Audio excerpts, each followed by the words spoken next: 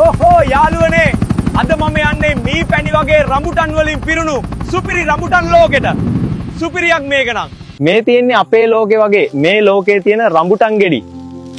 කටට කෙලක් තුනනව නේද යාළුවනේ? අයියෝ වැටුණා අතරේ රඹුටන් ගෙඩියක් කාලා බලමු.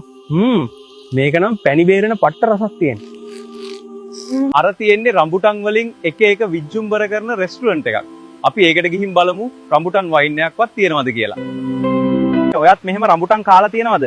මිරිස් කුඩු, ලුණු කුඩු දාලා කද්දින් ඒකෙත් අමුතුම රසක් තියෙන්නේ. දකුණේ අයෝ මෙහෙම කාලා තියෙනවද? රඹුටන් වලට පැණි ටිකක් දාලා කන එක තරම් දෙයක් ලොවෙත් නැහැ. පට්ට රසයි. යාළුවනේ මෙන්න මේ ලෝකේ රඹුටන් බවුවෙක් මම පස්සෙන් පන්නනවා. අම්මෝ අද නම් ඉවරයි. ඉවරයි කියලා නේද හිතුවේ?